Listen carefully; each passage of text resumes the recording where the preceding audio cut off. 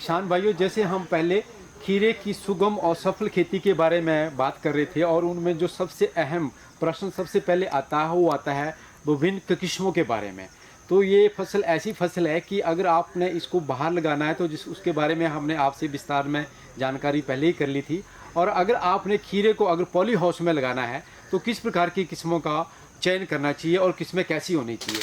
तो मैं आपको बता दूं कि ये जैसे अब मैं इस किस्म के बारे में आपको बता रहा हूं, तो यहाँ एक गाइनोसिस किस्म जिसको हम बोलते हैं कि इसमें आप जितने भी फल देख रहे हैं लगे हुए हैं, ये सारे फूल जो हैं वो फल के साथ जुड़े हुए हैं। तो ये सिर्फ इसमें फीमेल ही फ्लावर है, इसमें ये मेल नहीं आते हैं। तो इस प्रकार की किस्में हमें पॉली हाउस में लगानी चाहिए। ये क्यों लगानी चाहिए कि आपको पता है कि ये पॉली हाउस एक ऐसी स्ट्रक्चर है, एक ऐसा घर है जो कि इनक्लोज्ड है और ये फसल ऐसी है कि ये पर परागित है, तो इसके लिए परागण की आवश्यकता पड़ती है। और इस फसल में जो परागण होता है वो मधुमक्खी द्वारा या अन्य दूसरी हवा द्वारा या अन्य दूसरे एजेंट हैं उनके द्वारा होता है, पर मुख्यतः से इस फसल में मधुमक्खियों द्वारा परागण होता है। तो पॉली हाउस में तापमान सामान्यतः कई बार ज़्यादा हो जाता है तो मधुमक्खियाँ मर जाती है और छोटा सा ये स्पेस होता है, तो इसमें जो मधुमक्खियाँ हमारी वो लंबी उड़ान नहीं भर सकती। तो उस प्रकार की स्थिति में और अवस्था में हम इन प्रकार की किस्मों का चयन करते हैं जिसमें कि परागण की जरूरत नहीं पड़े। तो ये किस्म है हमारी एक, जैसे गाइनोसियस, ये हमारे विभाग द्वारा विकसित की गई है किस्म है। तो इसमें सिर्फ सारे फीमेल फ्लावर ही आते हैं जो कि बाद में फल बनकर हमारे मुख्य फल के रूप में प्रयोग किए जाते हैं। तो आप देख सकते हैं इस फसल को कि इसमें सारे सिर्फ फीमेल फ्लावर ही आए हैं जिसको कि परागण की आवश्यकता नहीं पड़ती है। तो इन प्रकार की किस्मों को हम दोबारा से किसी अन्य किस्मों को विकसित करने के लिए प्रयोग कर सकते हैं। जैसे हमारे विभाग द्वारा पहले भी कुछ संकर किस्में विकसित की गई है, उसमें इनका प्रयोग किया जा सकता है। तो इस प्रकार की किस्मों का चयन करना चाहिए जिसमें कि ज़्यादा से ज़्यादा फल लगे। हमारे किसान भाई अक्सर यही गलती करते हैं कि पॉली हाउस के लिए किस प्रकार की किस्मों का चयन करना चाहिए, तो इस प्रकार की किस्में लगानी चाहिए।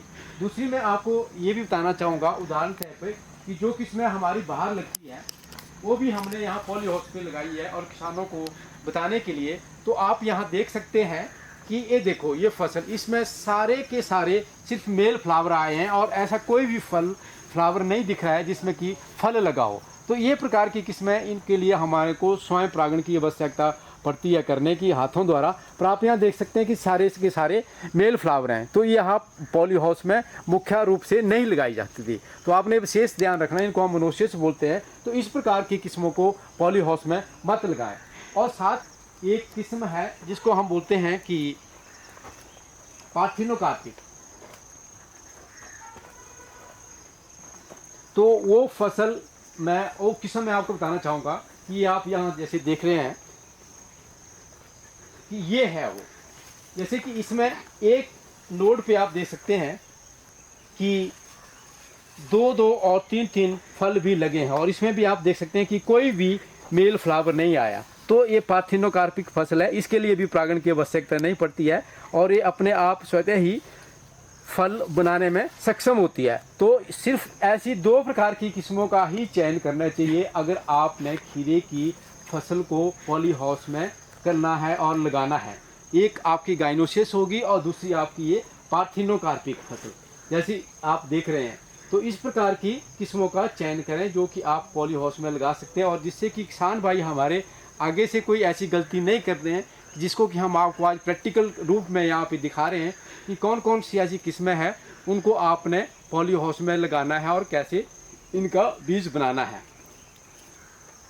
तो ये आप देख रहे हैं यहाँ पे ये पार्थिनोकार्पिक फसल है। इसके जब फल बन जाते हैं और जब फल होते हैं तो जो बाहर लगने वाली किस्में हैं उनकी निस्बत इनका फल का जो होता है ये ज़्यादा ही जूसी होता है फ्रूट, और इसका जो फल है वो बिल्कुल गहरे हरे रंग का होता है। और जो हमारे बाहर वाली किस्में हैं जो लगने वाली, उनका आपने देखा होगा कि हल्के गहरे रंग से गहरे रंग के रंग का होता है, लेकिन वो कुछ ज़्यादा ही क्रिस्पी होता है और ये हमारी मुलायम किस्में होती है। तो ये किस्में जो है हमारी मुख्यतः पॉली हाउस में तैयार की जाती है और पॉली हाउस के लिए ही इनको उगाने की सिफारिश की जाती है। आप दोबारा से ऐसी गलती नहीं करेंगे कि पॉली हाउस में कौन कौन सी किस्मों का चयन करना चाहिए और कैसी किस्में होनी चाहिए।